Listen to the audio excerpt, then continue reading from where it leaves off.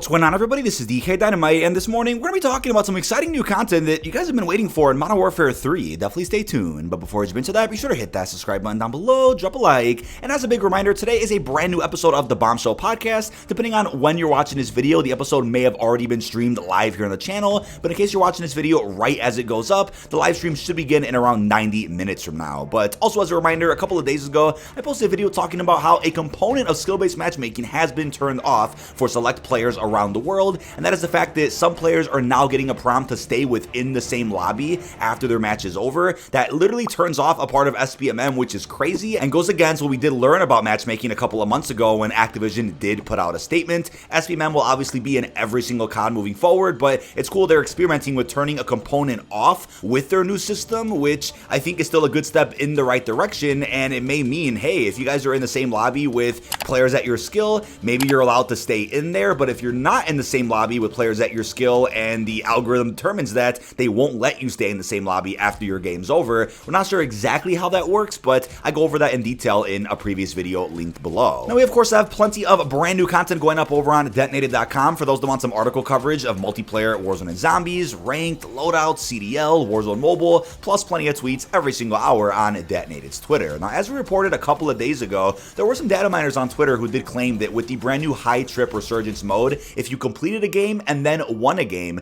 you would get two different rewards, with one of them being a pretty cool looking universal camo. It's actually the same camo that you can use for free on the blueprints you spawn in within this LTM. For whatever reason, you don't get anything for completing a match or winning a game of this LTM. There aren't any secret challenges that the community has discovered either, but funny enough, some creators that I know did reach out to Activision and asked about whether or not there are meant to be any secret challenges, and they actually responded by saying that they're working on a fix for what appears to be the ability to unlock a camo by winning a match. So definitely expect an update with this LTM maybe over the course of this weekend, could even be later today. I'll be streaming this LTM again at some point soon whenever they do fix that, but it was a ton of fun playing with friends. It's obviously a very sweaty mode if you're jumping in solo. You guys probably saw my experiences on stream, but either way, still a cool little LTM to experience for the next 12 or so days. Now there is a brand new blueprint known as Bandit's Breath, I believe for the LG, and this is only available through Warzone Mobile. There is an event called The Assassin, which just went live as of last night, and I made a Warzone Mobile video yesterday for those interested in the brand new Keep system. It's kind of like how Lucky Draws work from COD Mobile. It's definitely a system that is here to stay and is essentially the new version of gambling, since supply drops haven't been in Call of Duty in many years.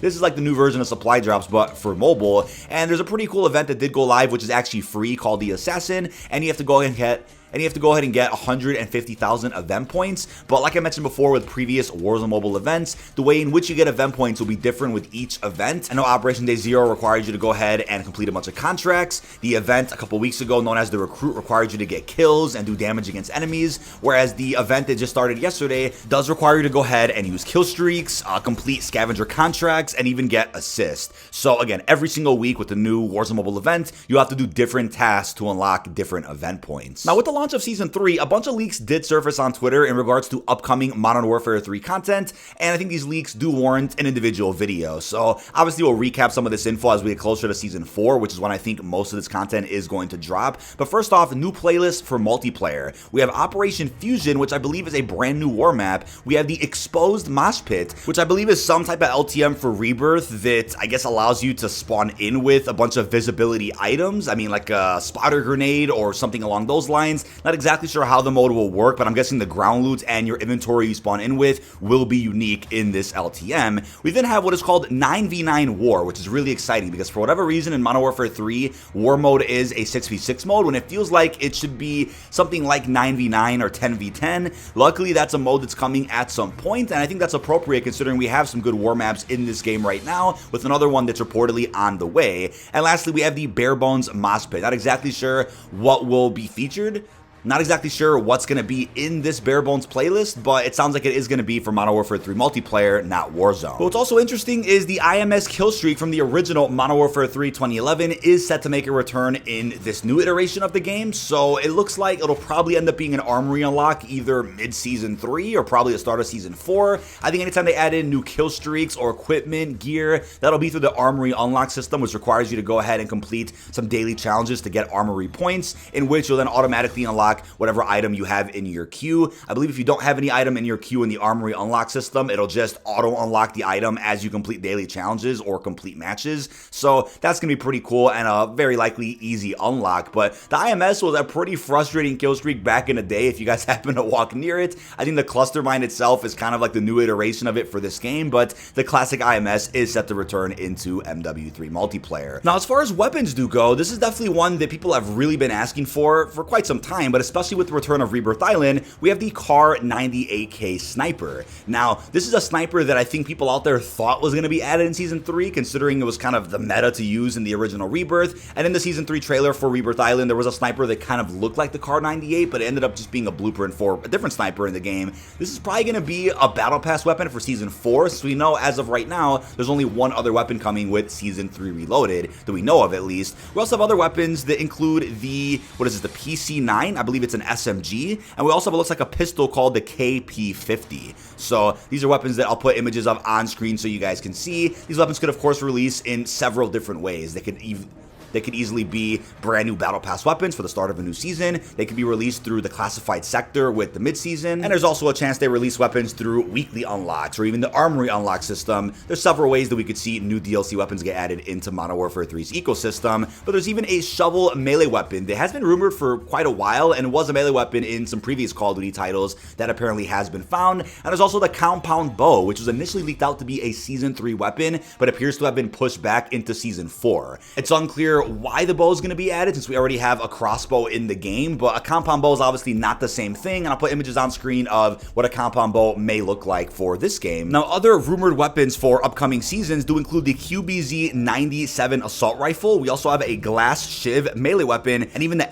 ARX-160 assault rifle, which you saw back during Call of Duty Ghost. There's even rumors about the Ruger pistol carbine, which is an SMG, and then the Fire Axe melee weapon. So there's quite a few weapons that reportedly were leaked out. References about them were found in the game's files following the launch of Season 3, but keep in mind all this information is subject to change. These could be weapons that are planned but get scrapped later, or maybe are going to release but maybe not anytime soon. Could be as far as Season 5, even Season 6. But just as a reminder, it was confirmed in the Season 3 creator call a couple of weeks ago that blueprints for the BAL-27 are being planned. Even something like the Obsidian Steed that we saw from Advanced Warfare, that was obviously a supply drop variant of the BAL. We all saw the Infernal blueprint for that weapon back in 2014, 2015. Blueprints are apparently being planned that are similar to what we saw back during Advanced Warfare, but it's unclear if they'll be through bundles or some other means. But the BAL-27 is set to release through the classified sector with Season 3 Reloaded. That mid-season update is going to be around May 1st. Really looking forward to that one because the assault rifle looks like it's going to be a ton of fun in this new game's ecosystem,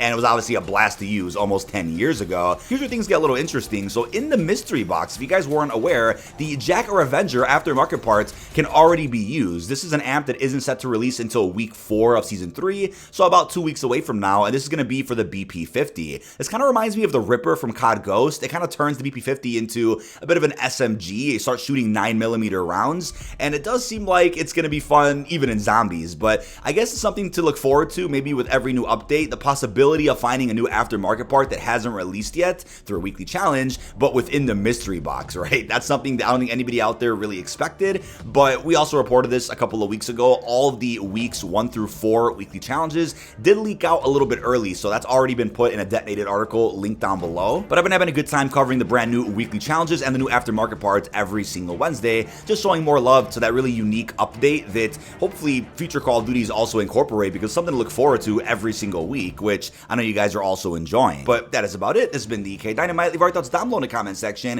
What are your thoughts on all the brand new content that got discovered for the future of MW3? How you feeling about the return of the Kar 98K, plus everything else we discussed? Really hope you've enjoyed, and peace out, everybody.